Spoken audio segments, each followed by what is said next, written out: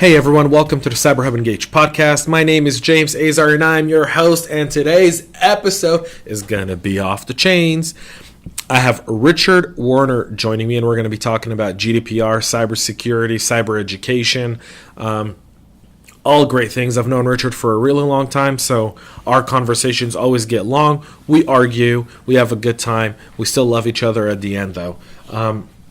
Speaking of which, it's Wednesday, May 23rd. In a few days, GDPR enforcement goes into effect, and in my opinion, and we'll hear what Richard has to say here shortly, it's the end of small business in Europe.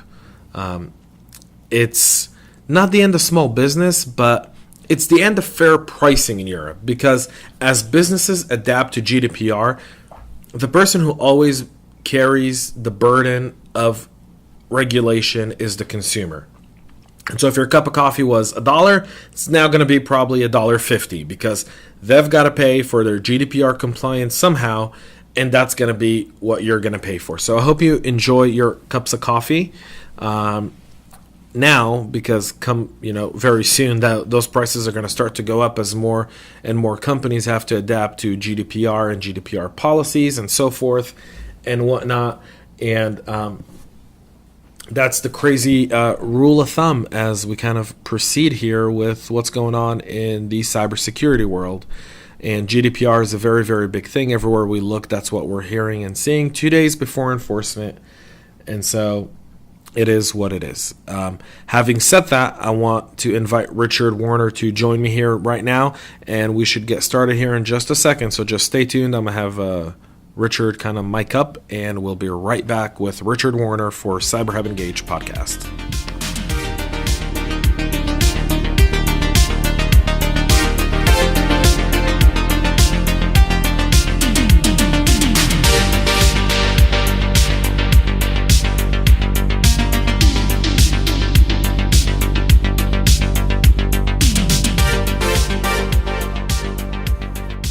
And we're back with the Cyber Hub Engage podcast, and I'm in the studio with Mr. Richard Warner. Hello, James. How are you doing? Good.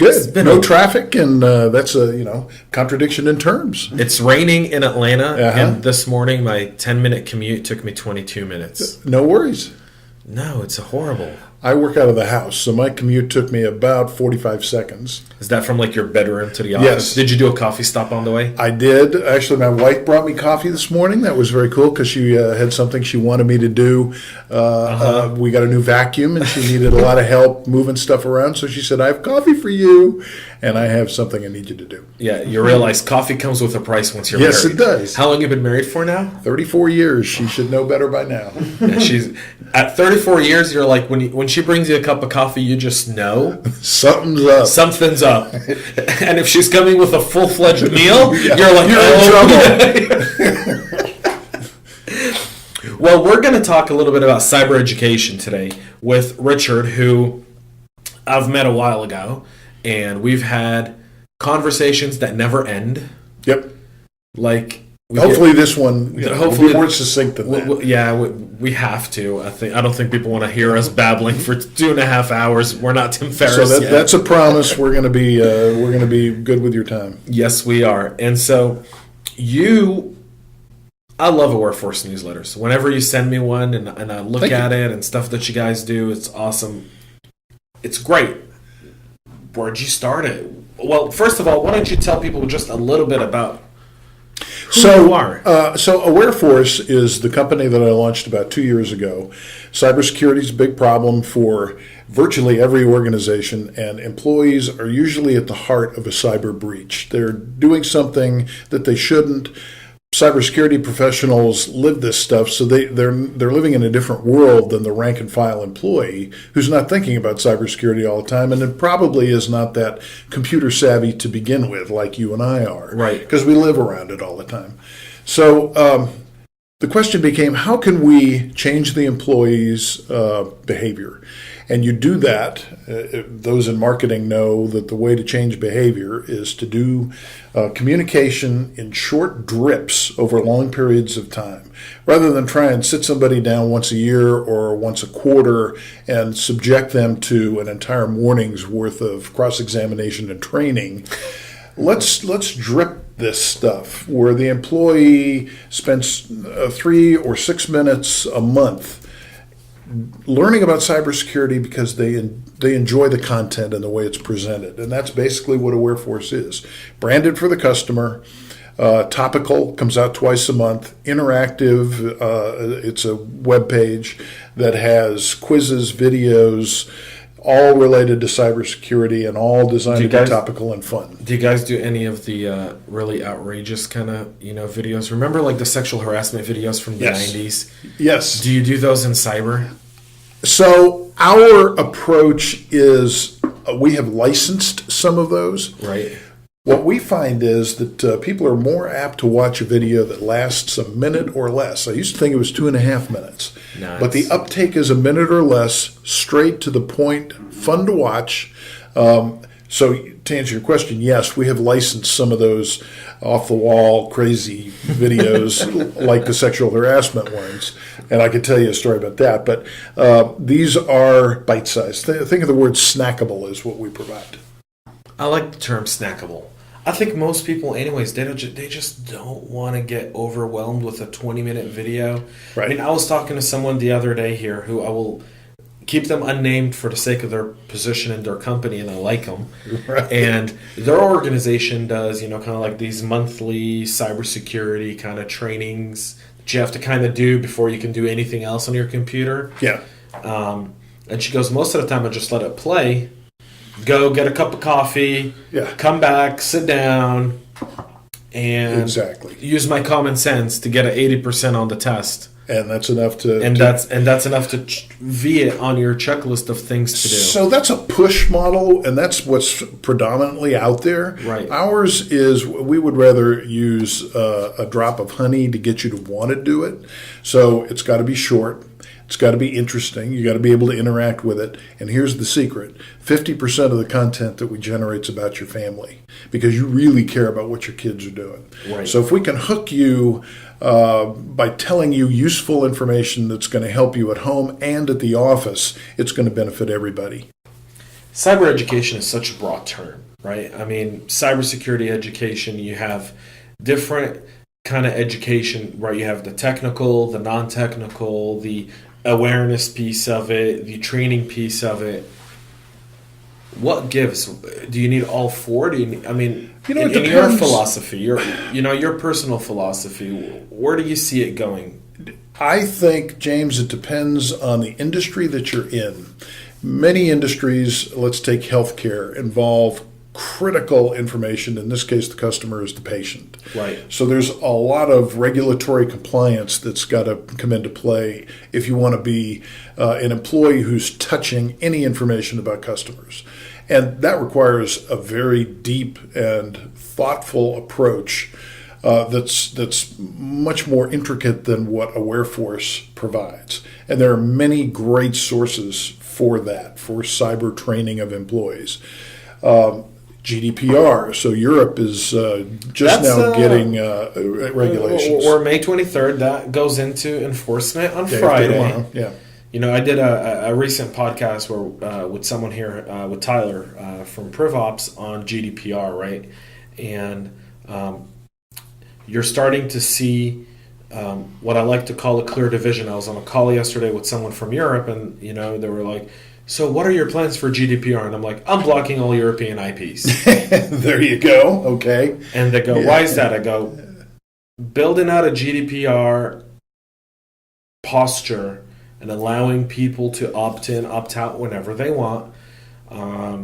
Right to be forgotten. Right to be forgotten. What kind of data I can and can't track. Yeah. And it's not like we track people, but it's, as a small business, I don't have the time, the money, and the mood to do this on. And Europe isn't really my primary market. So I'm just like, those 28 nations in the EU, not on my list of countries I want to do business with. So we are global. We've launched AwareForce in 9 languages. So part of the business model is I've got to be GDPR compliant, right? Which means all of the SaaS software that I use in that comprises a wearforce has got to be GDPR compliant. And as it happens, most of the companies are based in Europe or Israel. And so they have to be They GDPR. have to be GDPR compliant. So I am. And I am because I don't collect personal information. Well, you don't collect personal information to begin with, so you don't really have to worry about it, Right. As a general, because it's a corporate mailer that goes to people. You're not out there marketing, You're right. gathering data and registering people, right? That's right. I think GDPR is a business killer in Europe, and I always say this: think of your local cafe that has a newsletter that they send out to people with coupons that go, "Hey, for every fifth coffee, you Yeah. get a sixth one for free," or whatever the case may be, right? So here you have that. Now I'm a small business. I'm a coffee shop. Am I going to go and start doing GDPR? I think, James, the way that this is going to evolve from a cybersecurity standpoint, there are two things. One, GDPR Europe is businesses will evolve, that the coffee shop will contract with business, these marketing vehicles will be GDPR compliant, and the coffee shop will contract with them to send that email newsletter. Which is going to cost them more money Well- than someone sitting on his computer at home, right, on a Sunday afternoon going, "Hey, let me send all my customers this week a list of events." And because, I mean, when you think of small business, laundromats, coffee shops, right, you just see those businesses who really don't use email marketing, right? And if they do, they use a free MailChimp account, Yeah. or one of the other softwares that are out there. And so it's Going to, I'm optimistic that the marketplace will provide an answer, and yeah, it will force small businesses to jump through more hoops, but I think that the cost structure will eventually be friendly to small business. eventually, the question is, can the small business survive it? Because if you're not compliant, it's a 20 million euro fine, Right.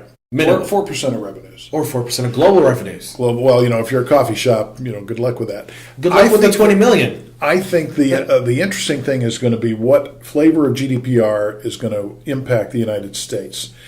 Think of California, which when California puts a regulation in place that's not a federal regulation, it's big enough and is responsible for enough revenues that it essentially does a tacit requirement nationwide for automakers or whoever else. In order to follow California's regulations, a national company has to jump through that hoop nationwide because California is such a big market. Right. Well, the same thing is going to happen with GDPR. Companies that do global work, which is most big companies, obviously, that's going to spill over into the United States whether Congress passes GDPR-style legislation or not. So I think we're seeing the beginning of the marketplace taking care of cybersecurity breaches. You have been breached. Assume you have been breached multiple times.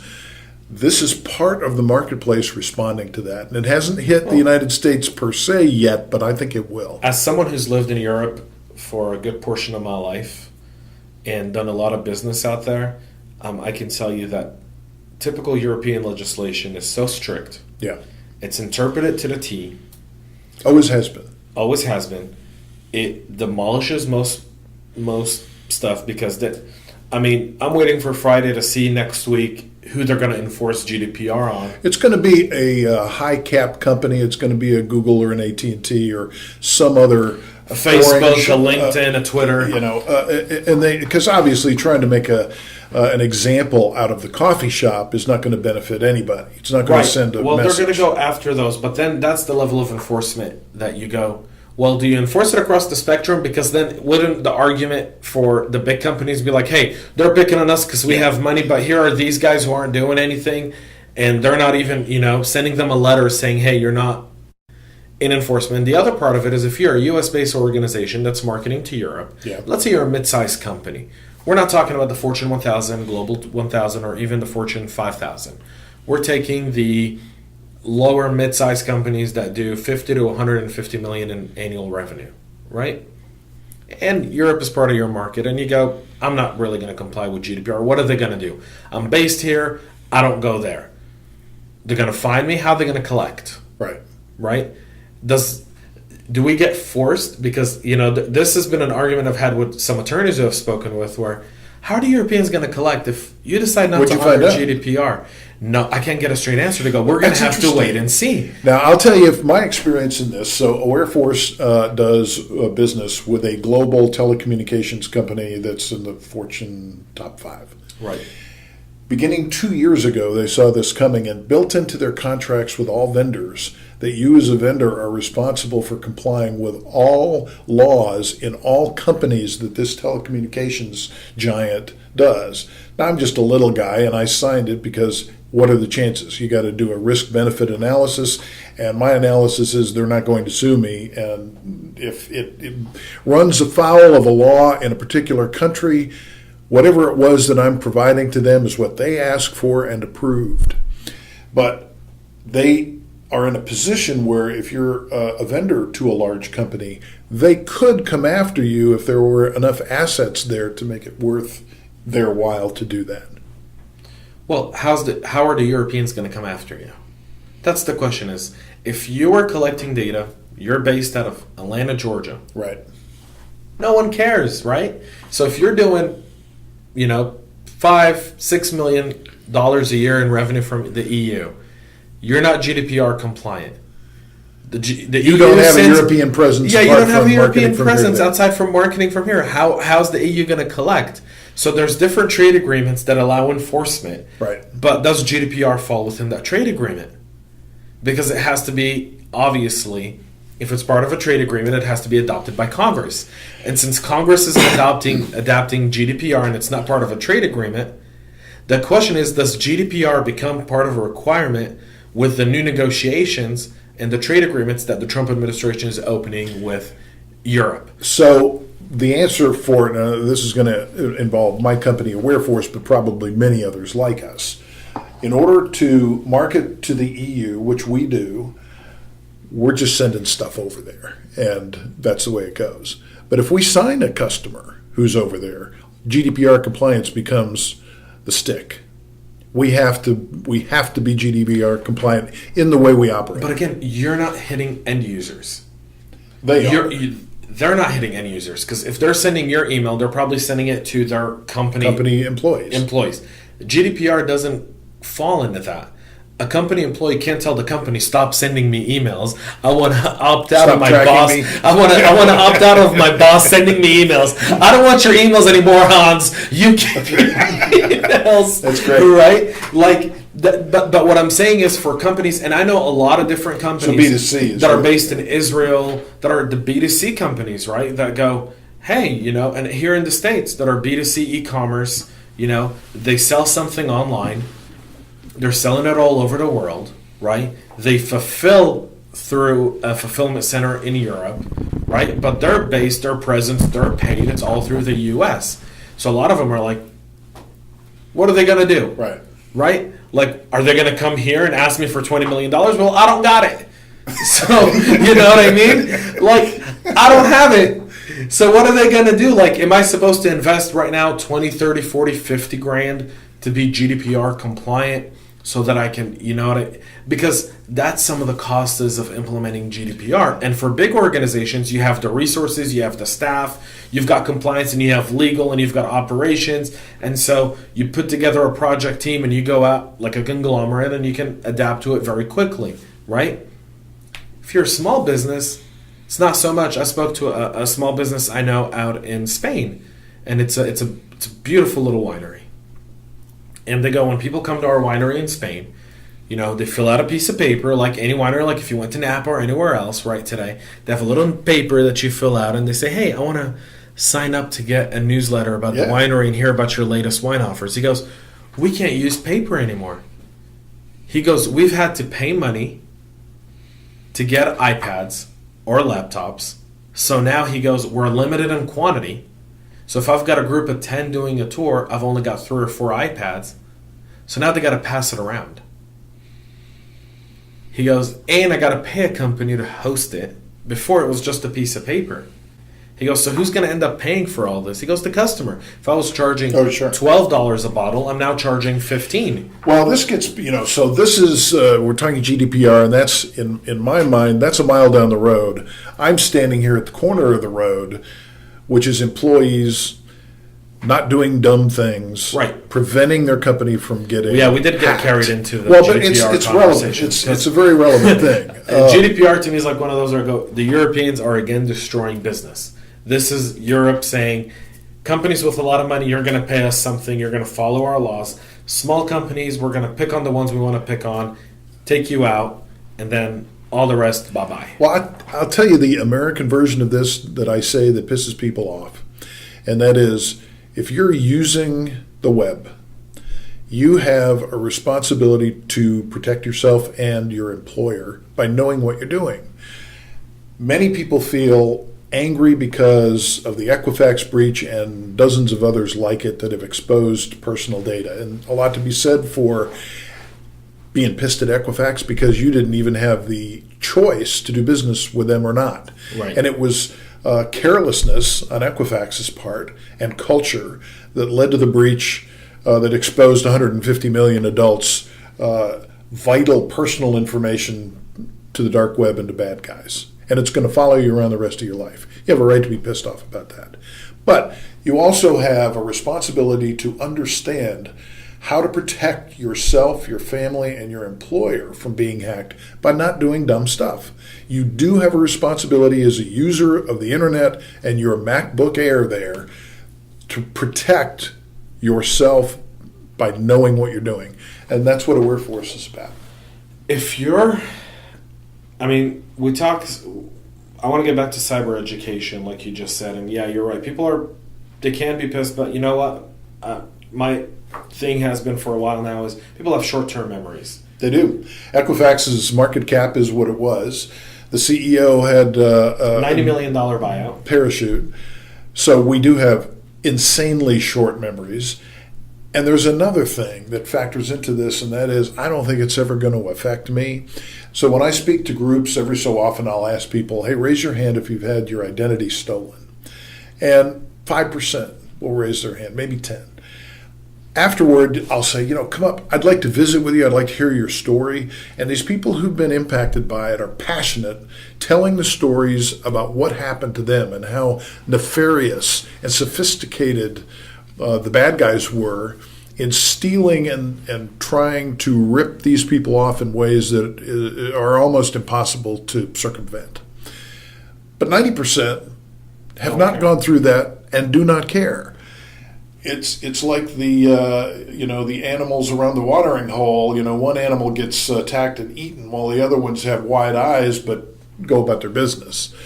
That's kind of like most of us are as it relates to cybersecurity, and we do have very short memories. Well, we have short memories on a lot of things, right? I mean, Yep. Target was breached. Anyone stop going to Target? Home Depot.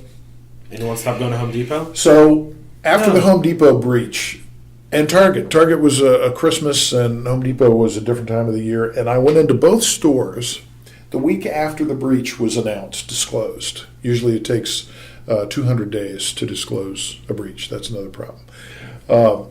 People were talking about it in the lines, the checkout lines. At Home Depot, the people in front of me said, "Oh, I don't have enough cash for that, and I don't want to put it on my credit card because it could get ripped off." This is the week after Home Depot got breached. Go into Home Depot today, into the gardening section, stand in line. Nobody's thinking about that whatsoever at all. It's done. Weather the storm. Cybersecurity and otherwise, we have very short, insanely short memories. Well, when it comes to our private information, we become outraged because the local media tells us to be outraged. Right? Right? And then we're like, okay, back to normal, right? Here's my next big challenge. My kids need braces. My, wife has stuff to do. My boss is on my ass again. Yes. Right? There's so much stuff that just everyday life that if you think of every single thing, right? If you're not in cyber, you don't think about it. So this gets back into why GDPR is effective. there need to be consequences. People need to be held accountable. Companies should be held accountable for the culture at Equifax, which was revenue development, not security, even though they own the crown jewels of your information, mine, and everybody who's listening to this. There needs to be some sort of accountability that is hammered not only on the company, but on the executives too. That's a different. So I can tell you that this year in Georgia, there was a bill put forth that didn't make it past the Senate, which required companies in the state of Georgia to report a breach within 30 days. The difficulty of that is they don't know it for 197 days on average. So, you can force disclosure within 30 after learning of it.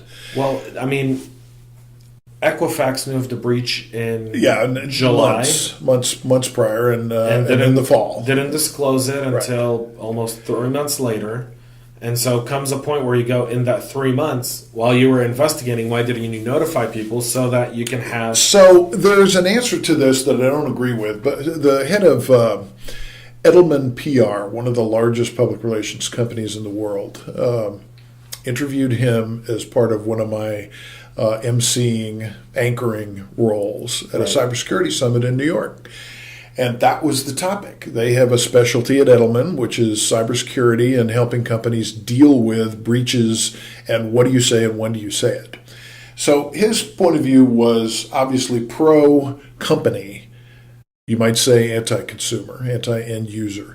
And his point was you have to hold that knowledge of the breach. You have to address the breach. You got to get your IT department all over it, fix it.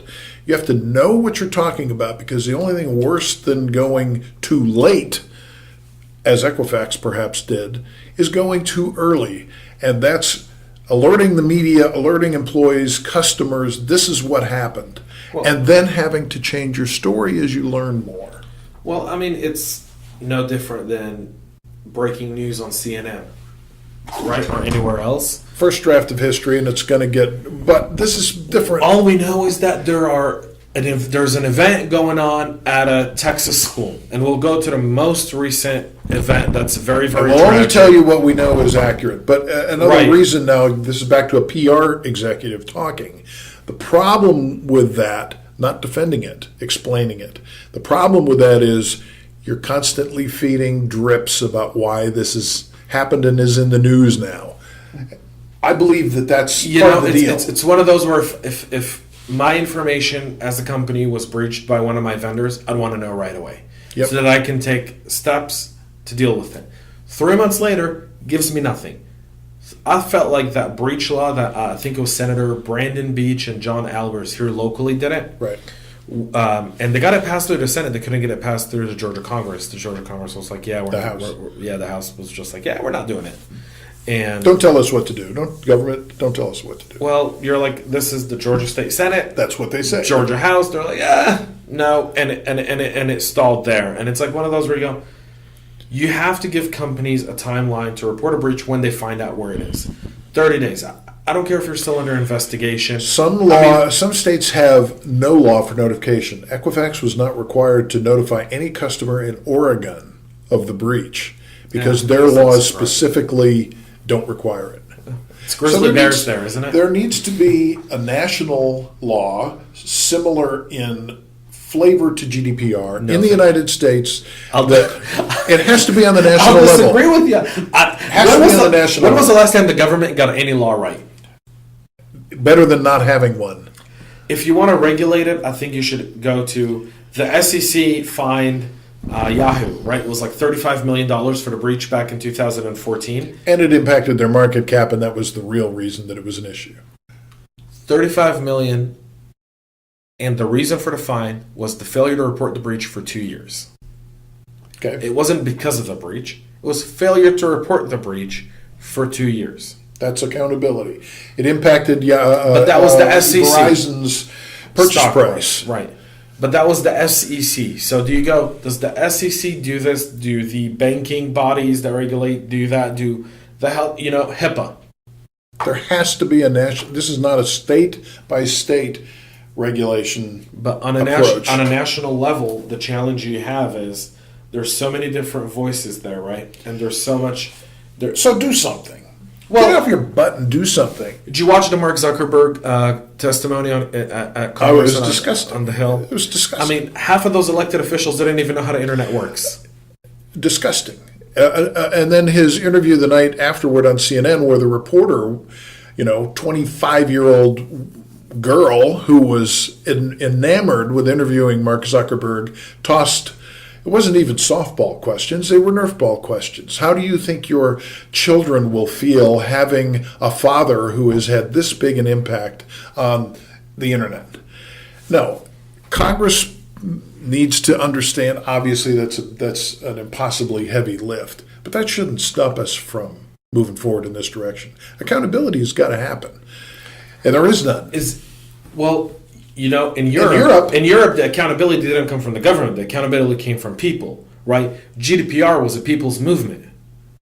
It started as a people's movement. Americans just have that short a memory that Europeans don't? I think Europeans live in an age where, even though it's the EU and it's 28 member states, I mean, I remember going from Poland to Germany. If you had Polish license plates in Germany, people looked at you weird. And if you had German license plate in Poland, the people would be like, Well, go back a little further and two Germanys, and what you're talking about is the roots of the European passion and focus that led to GDPR. Right. The United States doesn't have that yet. Well, we don't have that because, one, we have short-term memories, and number two, and I think the biggest piece of it is, our legislatures are the people who we entrust, who we vote for, occupy us, and there's so many different things that we have to worry about. That cybersecurity and data breach is just another thing on the list. The only breaches that make it to the news are big ones that affect us, but every day there's a breach. Every day there's stuff going on. Every day there are Why care anymore? Why care anymore? Right? That was a story in Aware Force last month. Why care anymore? And we reached out to 6 cybersecurity leaders around the country. I'm trying to think. The head of Motorola, Department of Health and Human Services. Basically, give us 2 sentences. Why should we care anymore? And they had eloquent answers to it. But the bottom line is, we have so many other things to worry about. We're so polarized. We're so suspicious and cynical that important measures like this and others that are even more important get sidetracked. Let's talk about the fear factor. Most cybersecurity vendors, you and I go to a lot of different events, and we see that. And most cybersecurity vendors use the fear factor to instill fear in people. It's how it was marketed on the news, right? Whenever I see a cybersecurity expert on the news, whether it be any network whatsoever, it's always the fear factor. And I think fear factor is like spanking your kid. You can only spank your kid so many times before spanking in the is no longer effective. So how do you change that? At the very beginning, Aware Force's approach, our philosophy, our style was not the sky is falling. To your point, you can't scare people into doing things. You have to educate them, get them to understand why this is important, and then get them to want to do it. And that could be because it's going to keep your kid out of trouble on social media.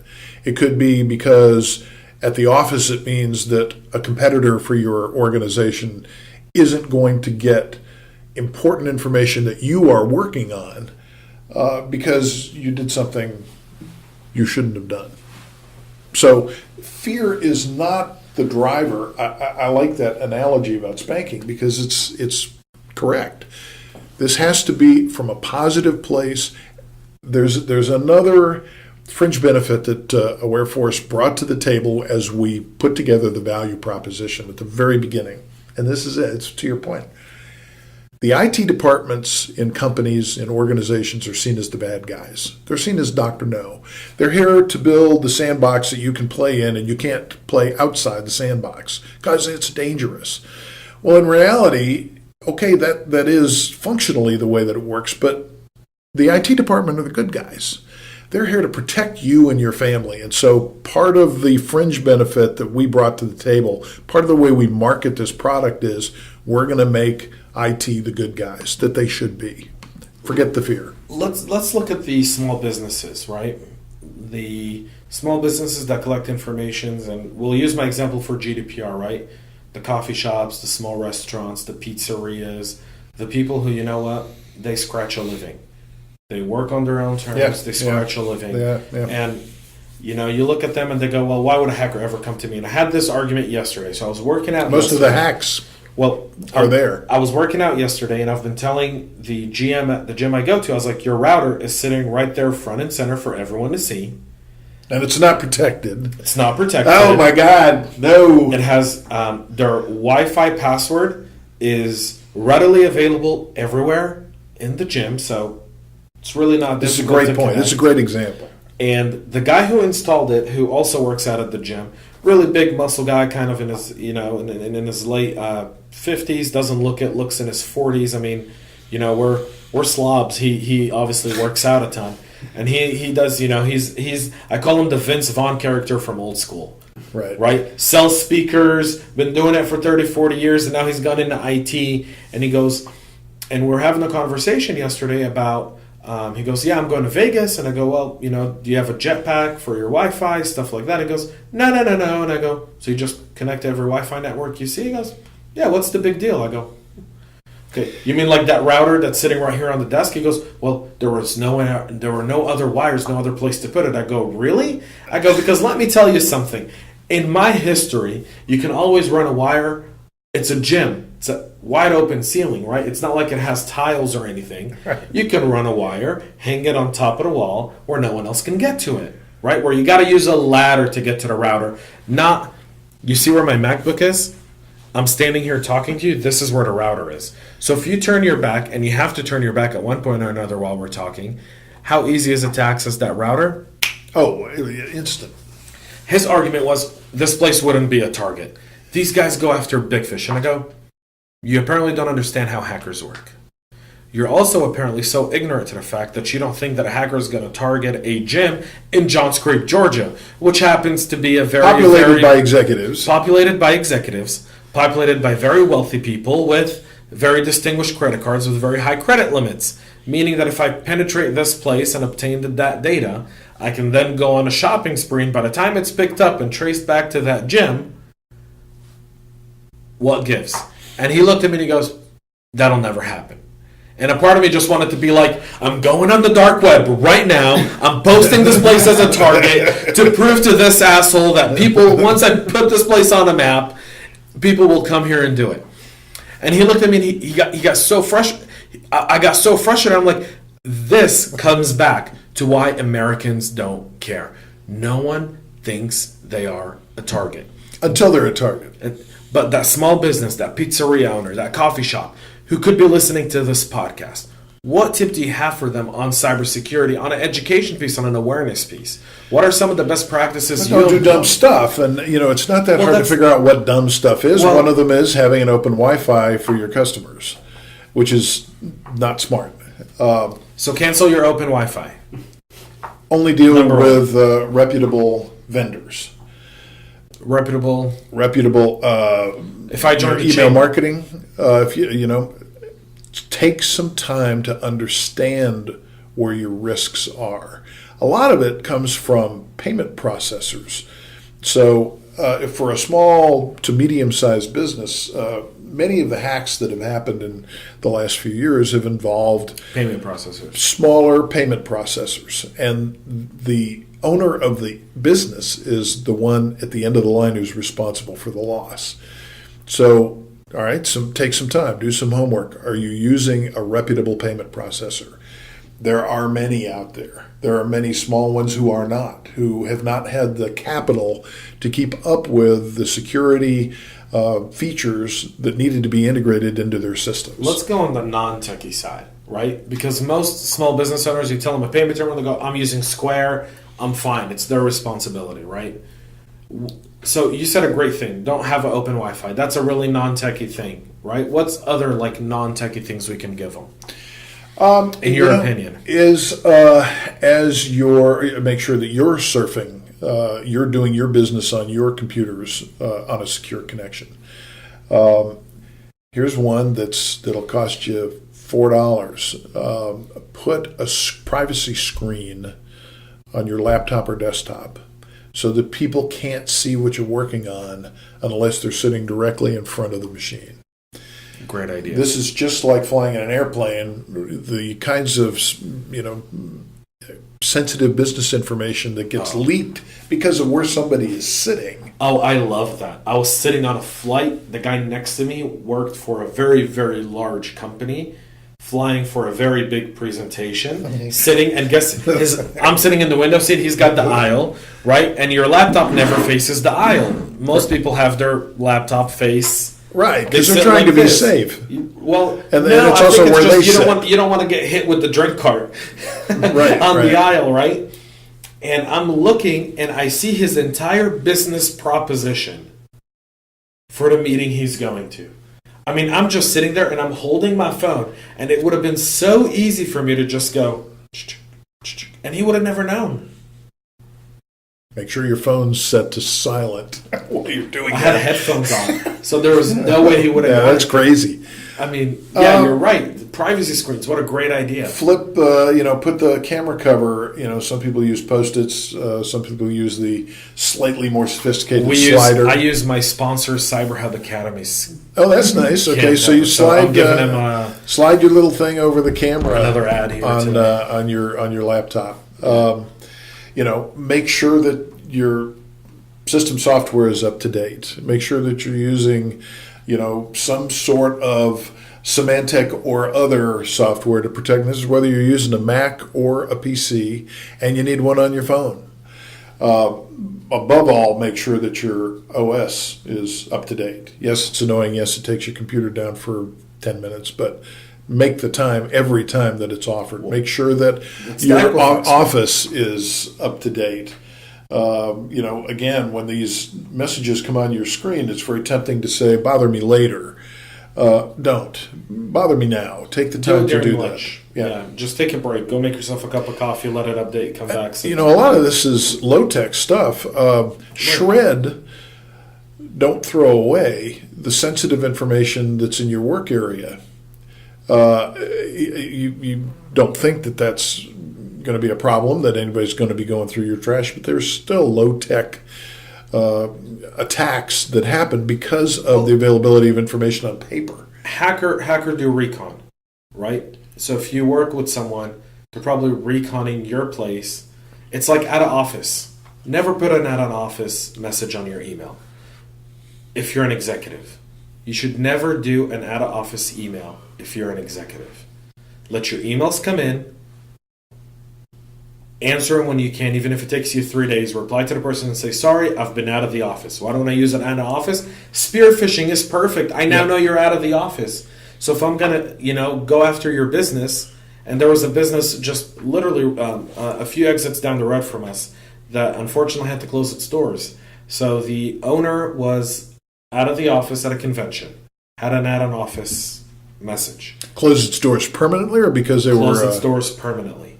So they had $300,000 stolen from them in a matter of 3 days, which essentially emptied their bank account, left them no operating cash flow, and they had no cyber insurance policy to think of, which essentially, and the insurance wasn't going to pay any claim, and the bank couldn't retrieve the money. So the executive was out of office. The secretary, the CFO, who, in a small business, the accountant, the lady that authorizes transfers, got an email that says, hey, I'm at this convention. Do me a favor. I'm doing a deal. Please transfer $75,000 to this account. So what does she do? We know what she transfer did. money. We know what she should have done.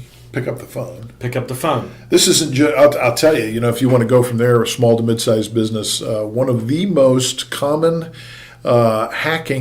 successful hacking strategies this year has been to send either the employee base, if that information was available, or specific employees, an email that appears to come from HR that says, we're changing the vacation policy, or you have a revised W-2, or some other thing that makes it look like official company business. It's important, that impacts you personally, That'll make that you want to open read the email, click on the right link. away. And that's going to download a PDF that's got bad stuff attached to it. Right. Or a link that'll take you someplace where they want you to fill out information, which then becomes, Right, please candy. re-enter your username and password now. Yes. So now they have your username and password. So it's not sophisticated hardware and software that is usually behind these hacks. It's the easy stuff, just like a burglar is going to go into the house that's unlocked and it's going to bypass the house that is locked. It's the dumb stuff that causes the trouble. It's always the dumb stuff. It's always the dumb stuff. We are almost running out of time. I have one more question for you, and then we can wrap this up because we're having so much fun. I don't really want this to end. This is kind of like our coffee meetings, Richard. Yes. Like we had a coffee meeting, I think, at the French place right down at Perimeter, whatever that place was called. We talked from lunch to dinner. Yeah, we talked from like lunch to like early dinner, like like the country buffet. Why is this dinner. place starting to get crowded again? Oh my God, God. it's 5:00. But the people around us, there was a group of ladies sitting at the table across from us, and we were talking cyber. And the look on their face when you look around is like, Did you hear what he said? Did you hear what he just said? You should delete all those pictures from your phone, Janice. Yeah. Disconnect from the Wi-Fi. Do not use the coffee shop Wi-Fi. Especially the one that says coffee shop Wi-Fi. The Starbucks. Starbucks guest Wi-Fi. Yes. That's the most popular one. That's the most popular one. Because it looks legit and it's free. So there's someone who actually was doing that here in the park, in our business park. Yeah. So they had a open guest network, but it was none of the businesses that are in our row. There was a van parked up front for like 2-3 days. No way. Last week. Use your VPN.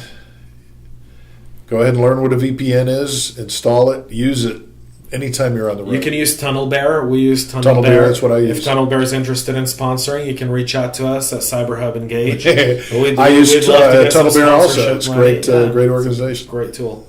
So that's what I use for VPN. But yeah, Van just sitting out there, and I mean, so just think about it. He's just waiting to capture. Sure, he's fishing. He's fishing for people, and then he infiltrates a company network, installs some malware, ransomware, and yep. And how'd he do it? Sitting in a van in a parking lot, and no one would suspect a damn thing. Here's another one. A major hospital in the Midwest got infected because the bad guys set up a tent across the street and handed out infected flash drives with a false logo on it, so it looked legit. 2 gig flash drive, free. We're just promoting ourselves, and then of course, the next day they're gone.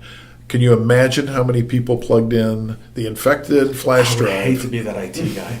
I mean, that IT guy will be like, everyone, don't touch your computers anymore. Yes. But, sir, he's going to die.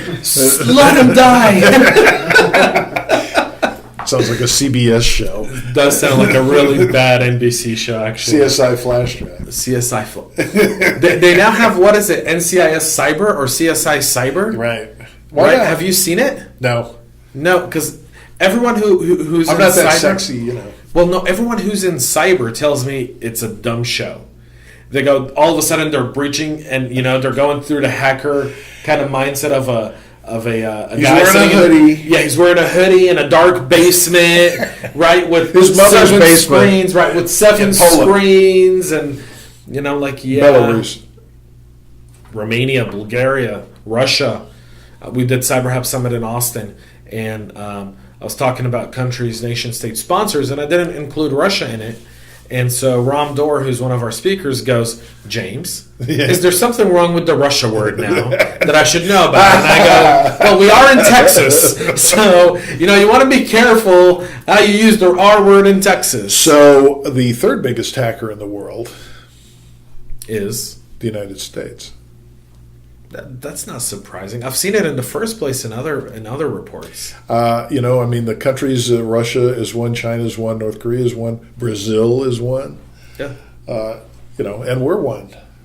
We're out there. We're waging war too.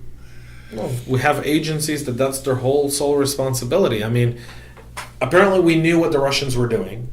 This is coming from someone very close who was at our summit in Atlanta, the one where you actually emceed one of our panels, right? Yeah. And he told me we knew what they were doing. We had the tools to shut it down, and the president wouldn't give the order. And he goes, and cyber warfare has the same rules of engagement as a physical war. And that's the problem. Cyber warfare shouldn't have the same rules of engagement as launching a missile or firing a bullet or stepping on enemy soil. That should be left up to the Pentagon and the people who are in charge of our I'd like to hear security. more about that. That's interesting. So Yeah. this was a person who served in the capacity of a CISO for the federal government. And we were having a conversation at the cocktail party that night. And he goes, we knew what they were doing. We saw it coming. We have full access to it. He goes, we could have shut it down. And he goes, but the rules of engagement says that the president has to authorize any cyber maneuver because it's considered, by definition, originally, so we're going back 20, 30 years, right, when cyber... It's considered a what? It's considered like firing a missile on a country. You got to get presidential authorization to do so. Huh.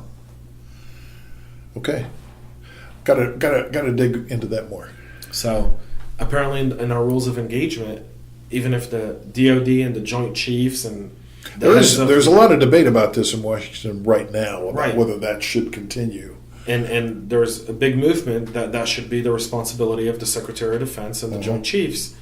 And that only if you're going to take down a definition of meaning if you're going to go and paralyze an electrical grid of a country, get the presidential say-so Well, it on depends, that. on what the damage is expected to be. What is the target? But how What do you is the define it? damage? I don't know. How do you define that, right? And so the question goes, Because that can easily escalate because our grid sucks. our grid is horrible, but then again, we could have, it's one of those where I always say we're the sleeping bear, right? We keep getting poked and poked and poked and poked and poked and poked and poked until something tragic happens. Then the bear wakes up and goes, goes, hits it right up, right? Just goes right at it. And, that was unfortunately 9/11. Yeah. You know what I mean? We knew, we had intelligence. We could have circumvented it plenty of times. And no one really wanted to take the action. And that goes back to the Clinton administration. Well, this comes back to cyber as the new warfare. Battlefield. Right. I mean, every report you read says, before any soldier, any missiles fired in the next war, whatever war it is, and it's the Iran one, right? We're going to paralyze and we're going to launch a full-scale cyber warfare on Iran. And I think that's going to be within the end of this year. Okay. I think... Got 6 months. 6 months.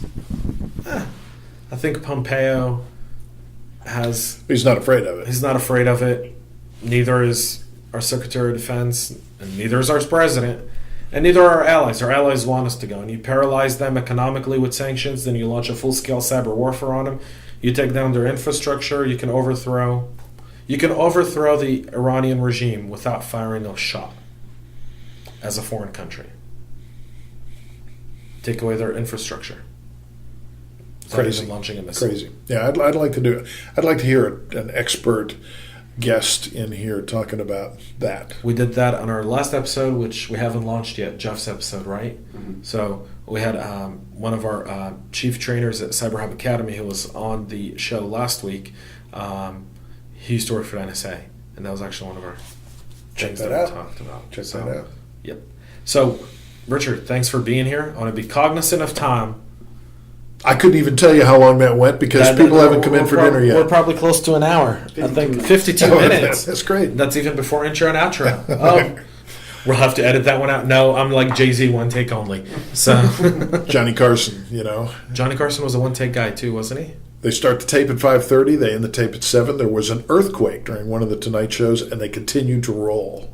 That I wish would happen to CNN. So one take works. That I wish would happen to CNN. Like in the middle of a big news report, an earthquake happens, and they all clear out the studio, and you go, peace and quiet. Oh, that's so nice. Big news report. Don Lemon has been shut up. We have quarantined Don Lemon. So we've done it in one take, which is success by definition. Yes, it is. Richard, thanks for being here. Guys, Cyber Hub Engage podcast. I'll be right back after this message from Cyber Hub Academy.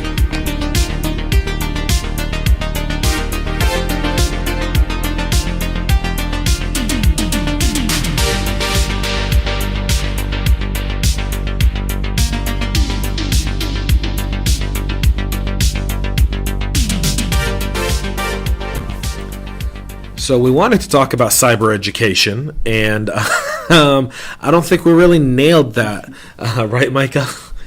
Not much. Micah, as he shakes his head at me, we're going to have to start videotaping this so people can see your just constant chicken head movements. Yes, James. Yes.